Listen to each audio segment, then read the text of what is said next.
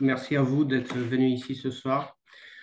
Ce que je veux faire, je vais commencer un peu avec une petite question, parce que c'est vraiment très bien de savoir qu'est-ce que vous attendez de cet atelier.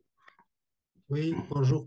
Dans notre paroisse, il y a plusieurs handicapés qui viennent de l'Ukraine. Et voilà, ils sont gênés, ils ont du mal à s'exprimer. J'essaie de les faire participer à la liturgie.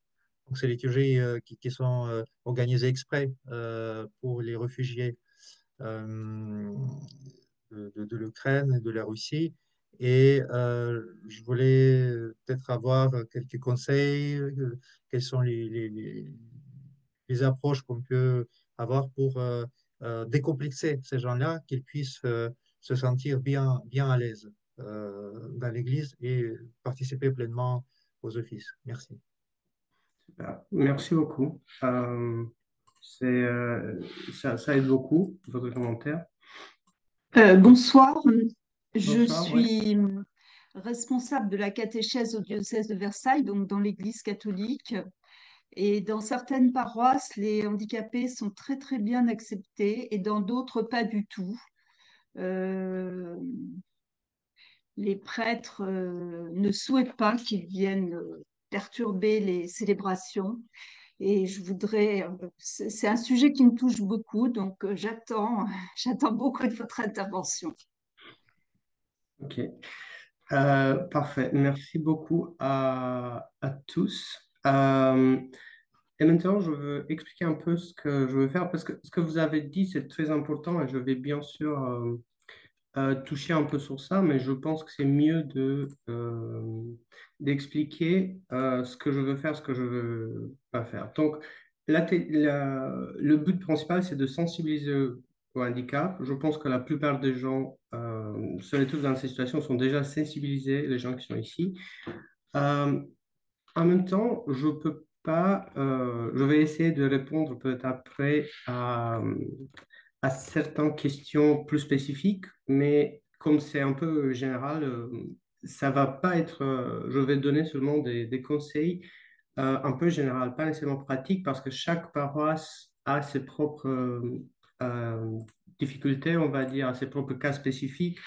L'handicap en soi est différent, les familles sont différentes. Donc, pour chaque paroisse, je pense que de base, c'est bien d'avoir quelqu'un qui est là et qui peut faire en sorte de consultance, conseiller les gens sur place pour voir exactement ce qui se passe. Mais ce que je veux faire, par contre, c'est de donner un peu des conseils plus grands et de dire un peu comment est-ce que les études, les dernières recherches scientifiques vont dans ce sens-là pour aider avec une meilleure intégration des personnes porteuses de handicap. Euh, et donc, ce que je veux faire, c'est donner un peu les lignes directrices. Il y a quelque chose que je ne vais pas faire ce soir et pas dans les autres ateliers non plus, c'est de parler trop sur la médecine, sur la diagnostic. On va parler un peu, mais ça, c'est pas le but principal. Ça ne veut pas dire que je veux dire, c'est contre la médecine. Ce que vous voyez, ça va être un peu différent. Mais que ce qu'on essaie de faire, c'est de avoir une perspective théologique sur l'handicap plutôt qu'une perspective médicale. Les deux sont un peu différents, les deux viennent ensemble, mais elles peuvent deux fois être un peu différentes. Euh, donc, je veux parler, il y a cette série de trois ateliers qui ont été conçus pour construire un peu et donner un peu plus de profondeur euh, à- aux connaissances par rapport aux personnes porteuses de handicap et aux différents types d'handicap. Donc, je veux parler ce soir de type d'handicap et de comment déstigmatiser le handicap. Ce que je veux dire par ça, c'est qu'il y a beaucoup de notions qui ne sont pas nécessairement euh, claires où les gens vont les utiliser pour stigmatiser les gens, parfois même si ça peut paraître quelque chose de bienveillant. Après, dans l'autre atelier, on va discuter de l'Église comme place d'inclusion. Là, je vais parler encore plus sur les conseils pratiques et de comment trouver des solutions pour accommoder les gens, les gens porteurs de handicap et leurs familles dans les églises. Et après, dans le troisième, je vais parler des handicaps mentaux et des gens un peu atypiques. Et aussi comment on peut faire ça. Et plus important encore, je pense, c'est de comment soutenir les familles après que la liturgie est finie. Donc, comment on peut réfléchir un peu de lier des amitiés avec personnes porteuses de handicap, certains types de handicap, et comment est-ce qu'on peut les aider. Ce soir, ce que je vais faire, c'est un peu de mettre les bases. Je vais expliquer quels sont les types d'handicap, quelles sont les perspectives dans l'Église et on va continuer comme ça. Dans, pour summariser, je pourrais dire que ce soir, on va parler de qu'est-ce que c'est l'handicap, et lundi prochain, on va discuter de comment intégrer les personnes possédant un handicap dans les communautés et finalement, comment on va faire intégrer ces personnes-là et intégrer leur famille. Donc ça, c'est le plan. Je vais commencer pour parler de trois types différentes de perspectives sur l'handicap. Euh, tous ces personnes handicap vont aller dans cette direction de la différence, de besoins spécifiques, de pas comme les autres. Mais on verra que dans ces cas, euh, qu'est-ce qu'on, qu'est-ce que- on parle un peu de choses qui peuvent être facilement stigmatisées, la différence. Et la première approche est celle du modèle médical, on va dire. Quand on parle d'handicap, parfois on parle du fait qu'il y a une diagnostic quelque part, la personne n'est pas comme les autres, et donc on doit faire quelque chose pour qu'elle s'intègre dans la norme.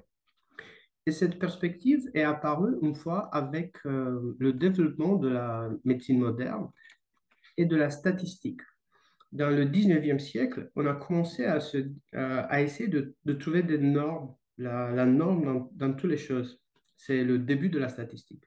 Et pareil dans la médecine. On s'est dit, OK, quelles sont les variations entre les humains et quelle est la moyenne? Pour trouver la moyenne, on a dit que euh, tout ce qui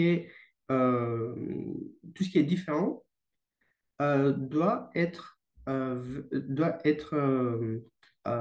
soit éliminé, soit intégré. C'est pour ça qu'on peut parler d'une sorte de normalisation. Et cette question de la normalisation et de la statistique, c'est une des choses que, en général, on essaie d'éviter de parler dans l'handicap. Ça ne veut pas dire que les gens qui sont porteurs de handicap n'aiment pas aller à l'hôpital, mais ou qu'ils contestent la médecine moderne, mais ils contestent plutôt l'essai de certaines pratiques médicales de les faire conformes à la norme. Et même parfois, la guérison n'est pas nécessaire.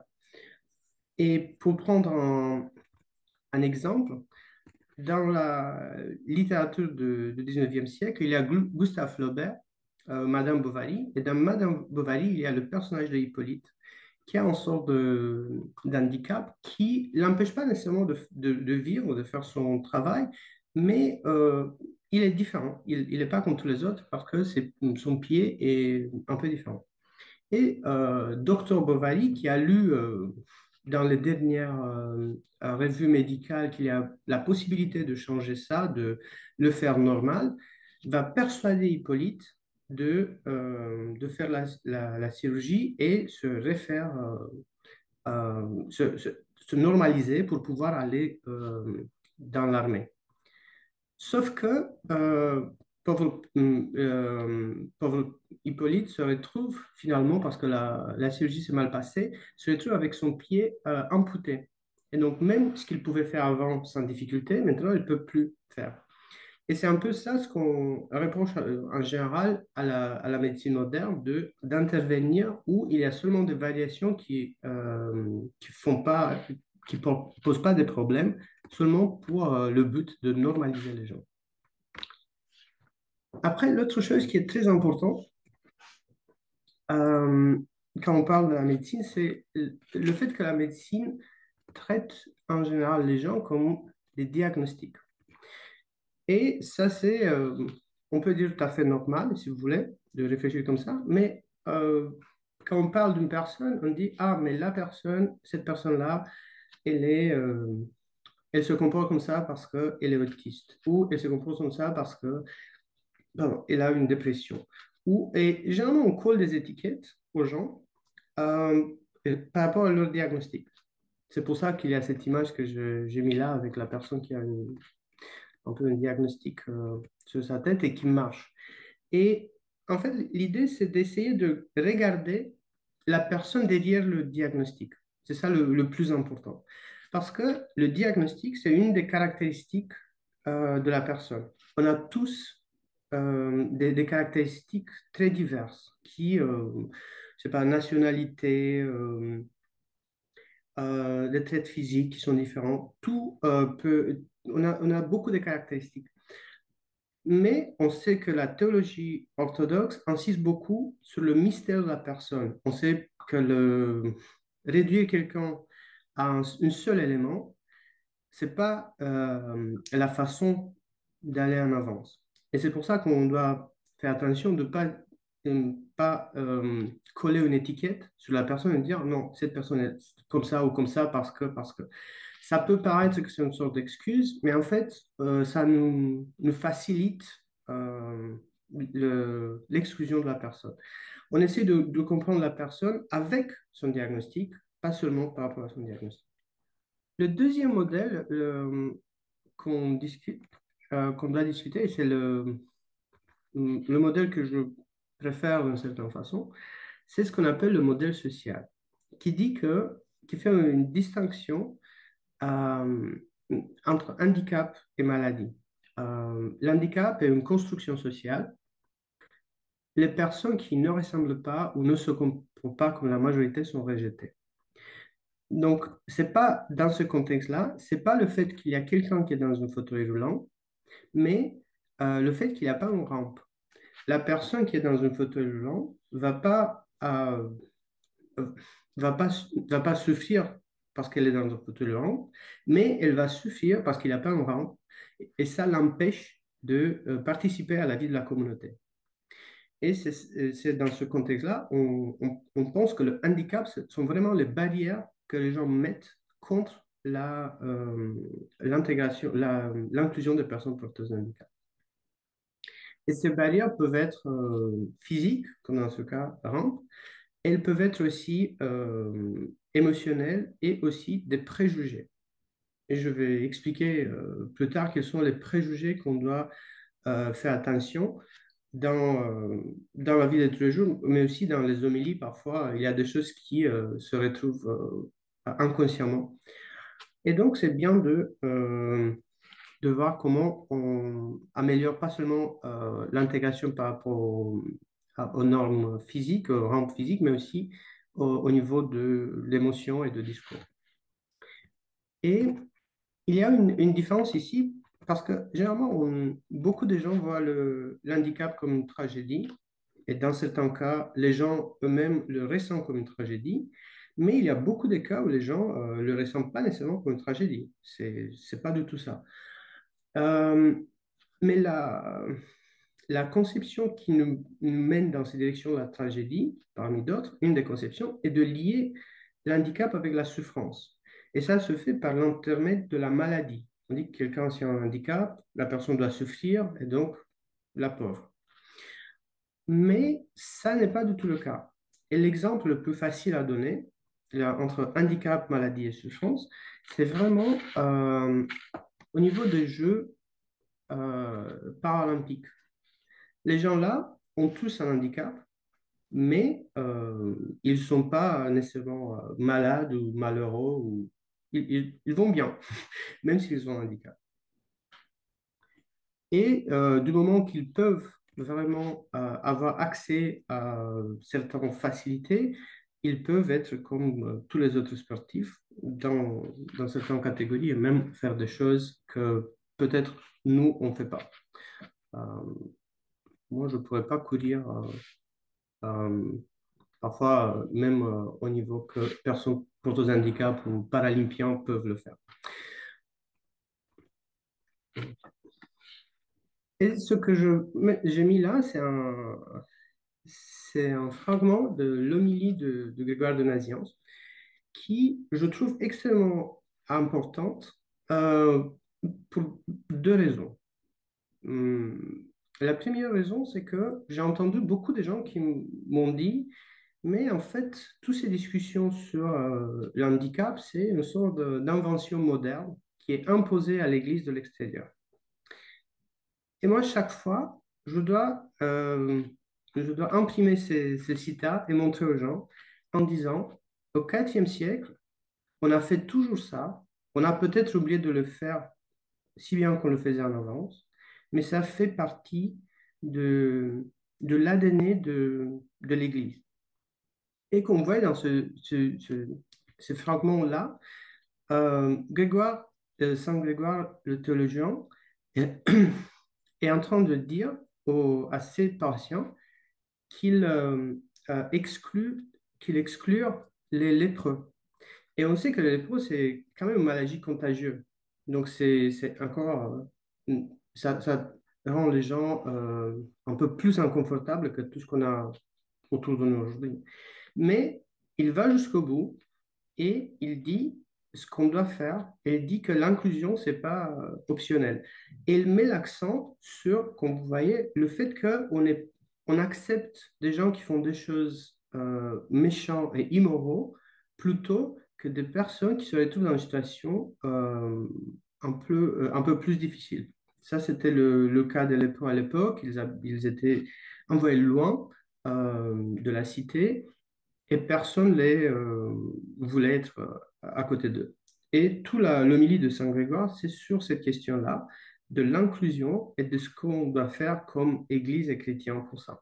Et encore une fois, je pense que Saint Grégoire-là, dans cette homélie, est plus virulent plus critique contre les chrétiens qu'on ose aujourd'hui à être, honnêtement, au niveau de l'inclusion. C'est un peu une note qui m'a étonné un peu.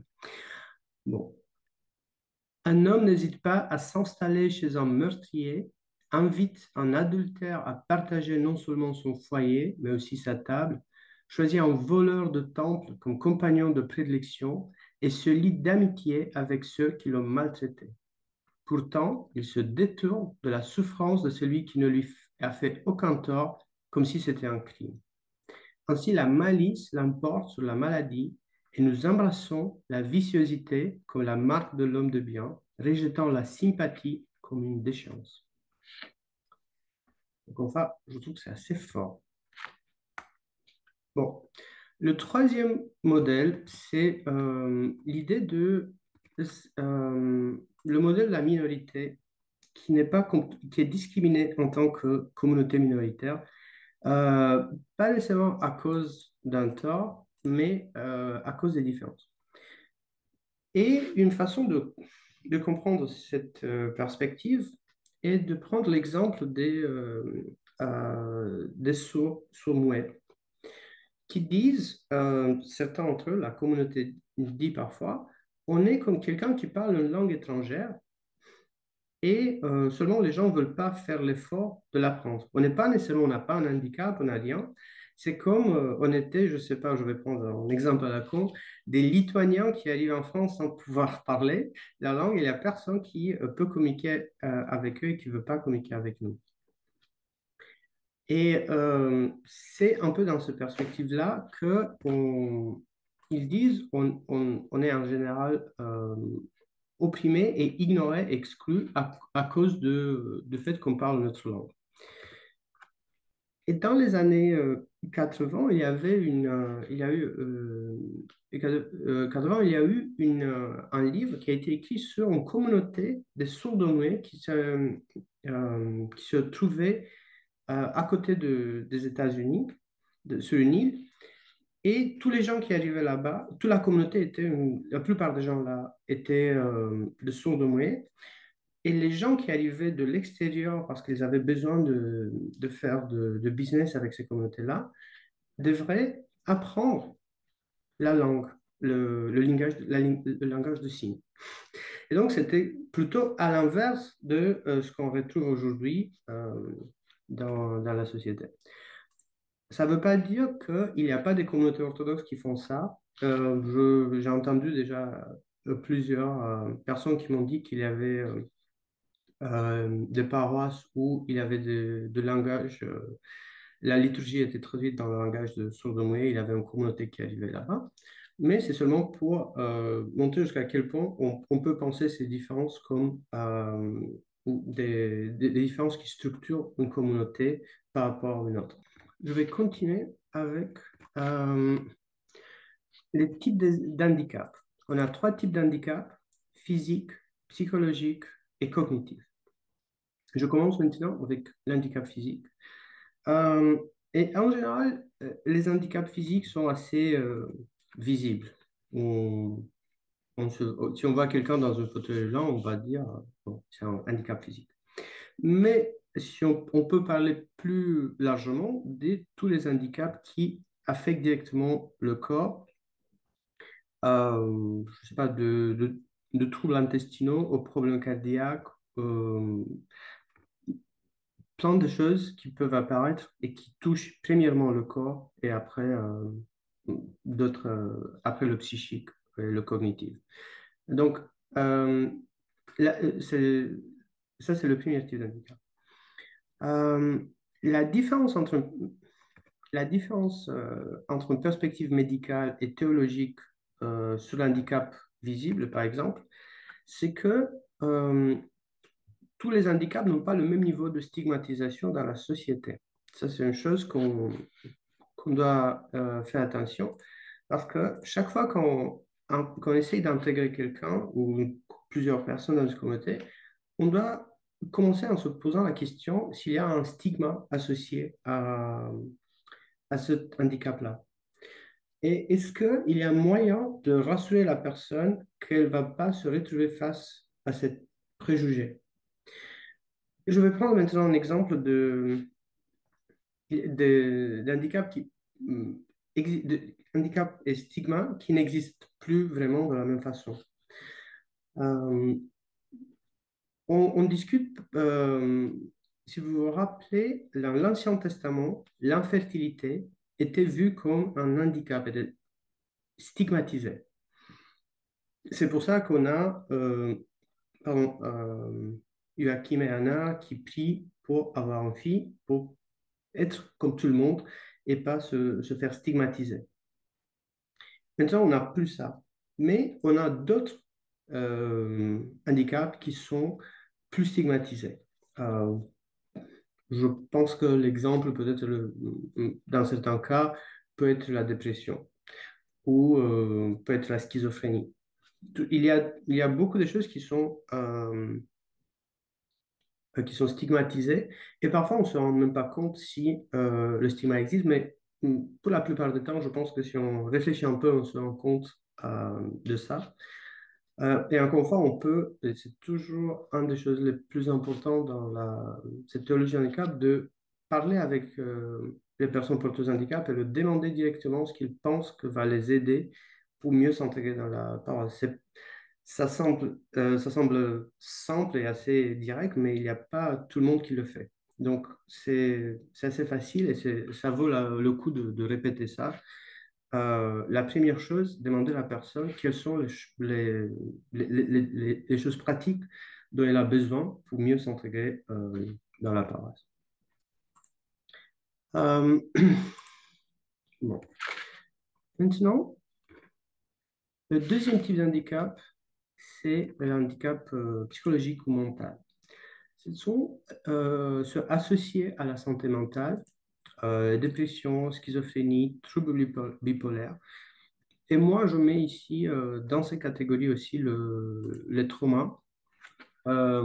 parce que même si il n'y a pas nécessairement une sorte de déficience directe, si vous voulez, comme dans le cas de handicap physique, les traumas psychologiques peuvent empêcher les gens de s'intégrer dans des communautés, de vivre une vie spirituelle euh, assez bonne en Christ. Et je pense que les handicaps psychologiques sont plus difficiles à gérer en général, car ils sont invisibles. Donc, si quelque chose est invisible, ça suscite moins la compassion.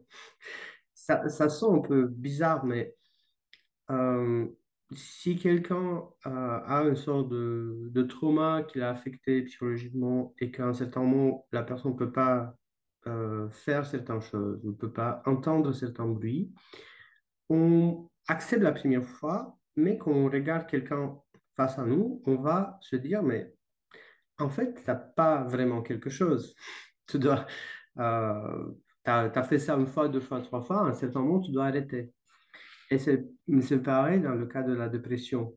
Parce que la personne devant nous, on le voit seulement qu'elle ne peut pas se lever, elle reste tout le temps allongée sur le canapé. Et on se dit, ben, tu me sembles bien. Donc, après 3, 4 semaines ou combien de temps nous avons la patience, on va dire, mais soulève-toi, fais quelque chose, tu ne peux pas rester comme ça. Et les choses sont un peu plus complexes que ça, mais de base, ça c'est aussi quelque chose qu'on va répéter peut-être.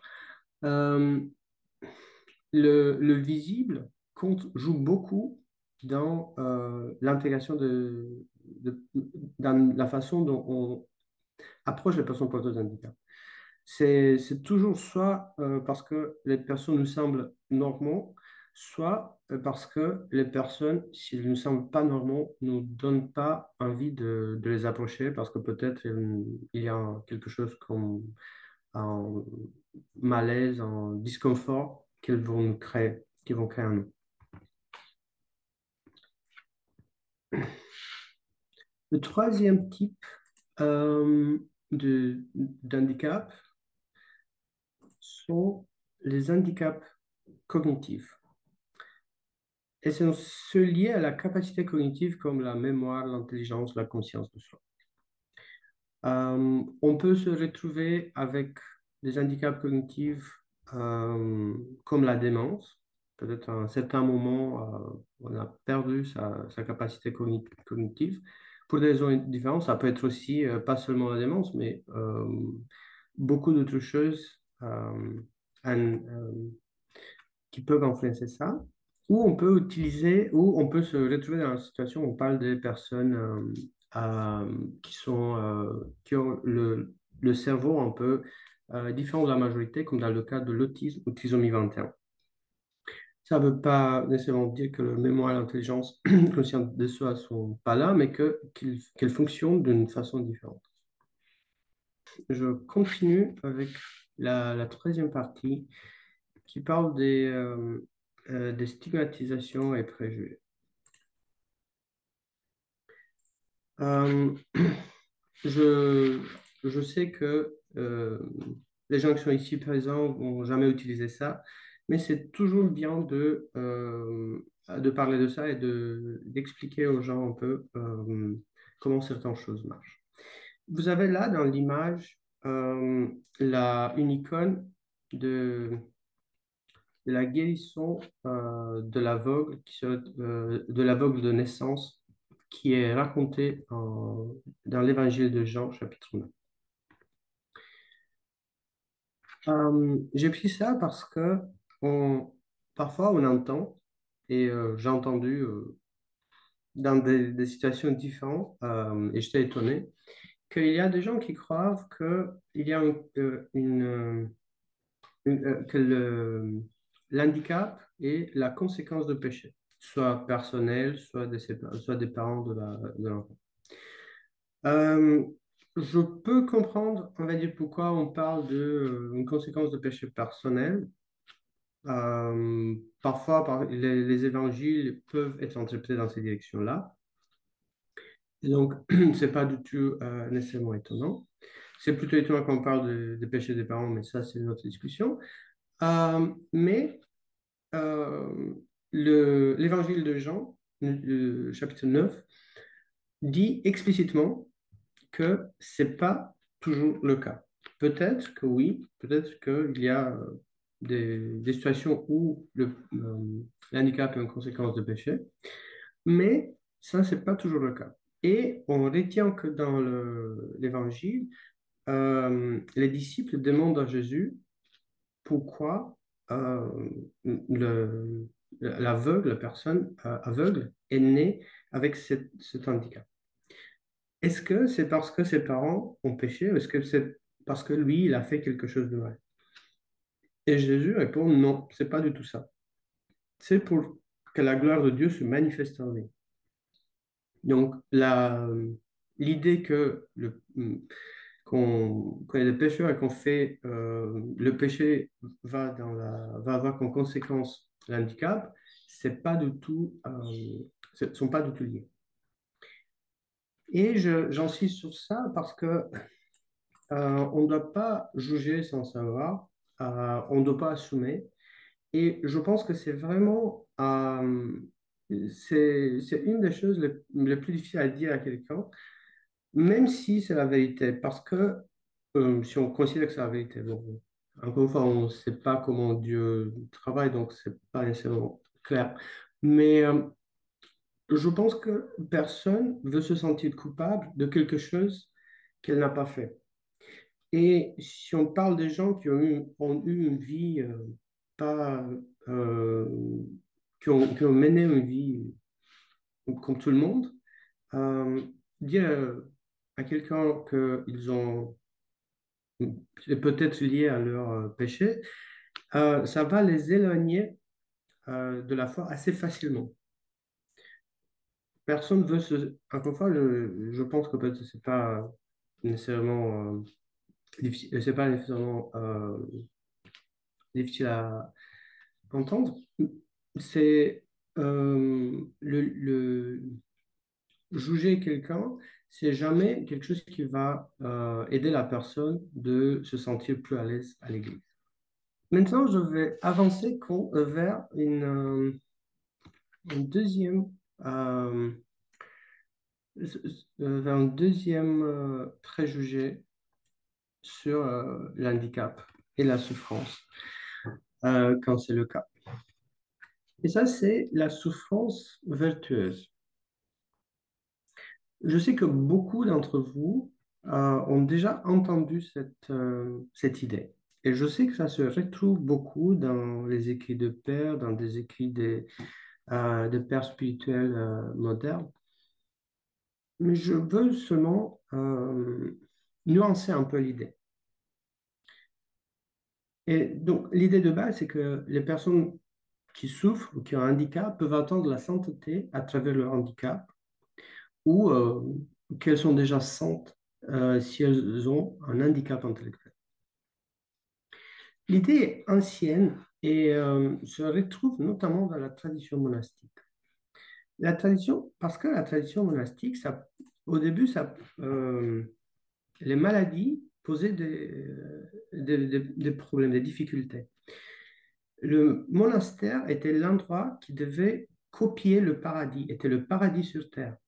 Et donc, on sait que les relations sociales dans le monastère devaient être parfaites, que les gens devaient louer Dieu le plus possible, et aussi que, comme dans cette situation dans la situation paradisiaque, il n'y avait pas de maladie. Et donc, les moines, on se retrouvait avec, bien sûr, des moines qui tombaient malades. Et ce qui était encore pire, c'était que parfois les moines qui tombaient malades étaient des personnes qu'on croyait très très proches de Dieu. Et on savait que toute leur vie, ils ont été là pour prier à Dieu, ils ont fait rien de mal, mais en même temps, on les retrouvait dans la situation d'avoir maladie. Et donc, dans ces contextes-là, on a essayé même encore une fois, on revient du 4e siècle jusqu'à aujourd'hui, on a essayé de déstigmatiser la maladie et l'handicap et la souffrance. Et on a essayé de la déstigmatiser en disant que la souffrance ou l'handicap, tout ce qui concerne cette perspective, est un véhicule pour la déification. Et c'est quelque chose de neutre, donc c'est pas bien ou mal si tu es malade, ça ne te fait pas un ange, ça ne te fait pas un démon, mais c'est neutre. Et que tu peux utiliser la maladie ou l'handicap pour le but de la déification. Euh, donc, ce que je veux mentionner ici, je mentionne tout ça parce qu'on a un peu besoin de voir le contexte de cette remarque et de cette idée. Parce qu'on dit à quelqu'un que la souffrance va la ramener proche de Dieu, on doit faire un peu attention parce que d'un côté, c'est quelque chose qui se passe dans un contexte monastique, donc pour des personnes qui sont évoluées au niveau spirituel. Ça ne se passe pas pour les gens qui viennent une fois ou deux fois par semaine à l'église. Et donc, si on demande aux gens d'accepter ça, encore une fois, on le pose en poids très, très grand et on le demande de faire des efforts qu'ils peuvent pas. L'exemple qu'on peut avoir en tête, c'est que les moines sont, si vous voulez, les athlètes spirituels, les sportifs professionnels, qui sont là, se retrouvent ils sont déjà dans une situation de vie où s'entraînent tous les jours, avec des poids extrêmement lourds et extrêmement puissants. Et d'un coup, on demande, on donne, on essaie de donner la même motivation et de demander la même chose des gens qui vont à la salle de sport peut-être une fois par semaine. C'est pas, ça va pas les aider. Ils vont pas dire oui, en fait, j'ai toujours voulu de faire ça. C'est pour ça que je pense que c'est mieux de faire attention au niveau pastoral, euh, à qui on dit ça et de faire un peu d'avoir un peu de discernement spirituel pour voir si vraiment ça marche, ce genre de discours, si la personne est vraiment au bon niveau spirituel pour pouvoir accepter ça. L'idée, donc, c'est de pas nécessairement que, encore une fois, pas nécessairement que la souffrance ne peut pas aider les gens d'arriver quelque part, de plus proche de Dieu, mais de donner un peu l'espace nécessaire à chacun pour vivre leur manière et se sentir plus proche du Christ et de l'Église, sans qu'on les impose des choses trop lourdes qu'ils ne peuvent pas soulever. Et la troisième question est celle de foi et guérison. Donc, on entend aussi dans l'Évangile que ta foi t'a aidé, c'est ta foi qui t'a guéri. Et aussi, on sait on lit que la foi peut déplacer les montagnes. Et dans cette tradition, comme chez les coptes orthodoxes, il y a même une histoire que un des saints coptes a fait déplacer une colline à côté de Kiev euh, dans dans une sorte d'histoire interreligieuse. Mais c'est plus compliqué que ça, mais l'idée, c'est on lit partout que le pouvoir de la foi est vraiment incroyable. Et c'est pour ça parfois il y a des gens qui disent que si tu as assez de foi, si tu as assez de foi, tu peux te guérir. Et je sais que de mon expérience, je sais que ça, c'est pas tout le temps le cas dans le milieu orthodoxe. Ça arrive, mais c'est pas si répandu comme euh, dans d'autres traditions chrétiennes. Par exemple, les évangéliques ou les pentecôtistes qui disent ça tout le temps, tout le temps. Et j'ai même connu une personne qui m'a dit, je suis devenue orthodoxe, elle était américaine, à cause du fait que j'ai trouvé dans l'Église orthodoxe des gens qui comprenaient que c'est pas lié à la foi, que mon handicap n'est pas lié à la foi, que les deux sont pas vont pas ensemble. Euh, Et donc, elle s'est sentie soutenue par la communauté orthodoxe dans son handicap. Et c'est pour ça qu'elle a décidé de devenir orthodoxe. Un autre exemple pourquoi les deux ne sont pas toujours liés, c'est l'exemple de Saint Paul, qui dit qu'il a un écharpe dans son corps et qui n'est pas guéri par Dieu de cette écharpe, même si il a demandé. Le Seigneur lui a dit non, non, tu vas rester, tu vas garder ça. Euh, et donc, on ne peut pas dire que Saint Paul, qui a établi tellement de communautés partout dans le monde, n'avait pas de la foi. C'est pour ça que c'est bien de ne pas nécessairement utiliser ce type de discours. Et je pense que le vrai problème derrière ça, c'est que les personnes, si elles entendent ce genre de discours, elles se disent, mais en fait, tout le monde me juge parce que je fais pas assez d'efforts dans ma vie spirituelle. Et donc, ils vont dire que je suis encore dans ces situations d'handicap parce que ma foi n'est pas à l'auteur.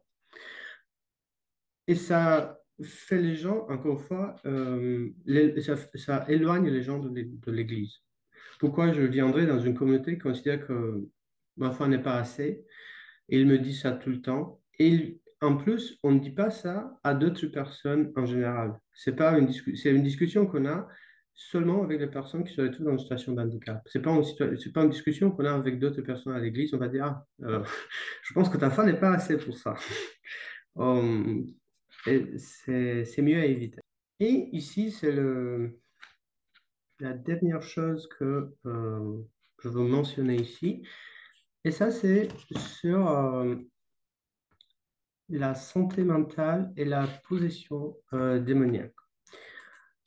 Je pense que dans certains cercles, dans certains paroisses orthodoxes, dans certains milieux culturels, euh, il y a des gens qui sont tout le temps à la recherche des démons.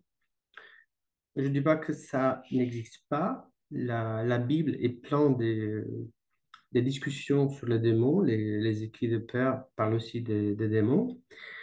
Mais je pense que la tentation de voir les démons partout est aussi dangereuse que celle de nier leur existence. Et qu'on a besoin d'une forme de discernement spirituel.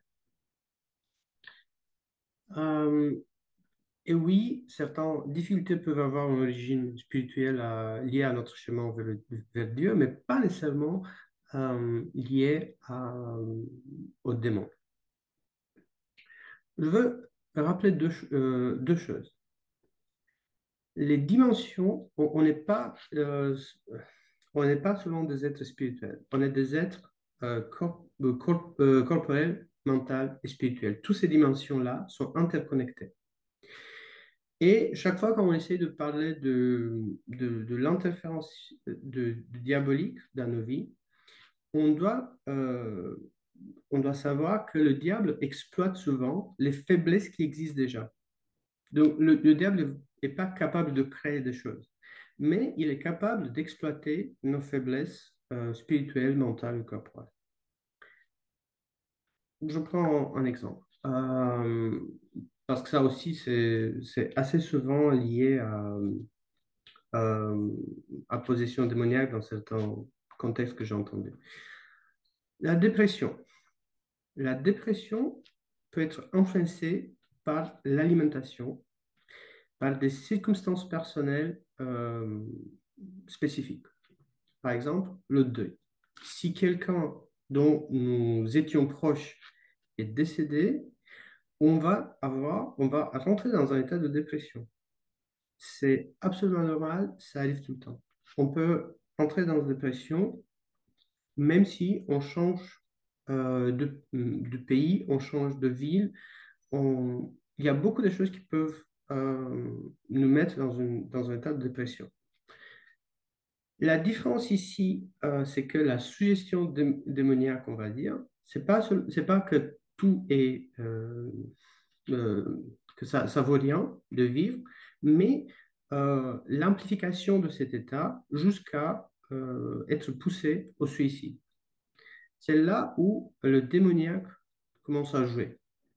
Donc, si certaines conditions changent, si on retrouve de soutien à la communauté, euh, si on recommence à avoir une alimentation bien équilibrée, la dépression peut être soulagée ou plus facile à vivre. Ça dépend, il y a beaucoup des exemples qui sont des cas uniques.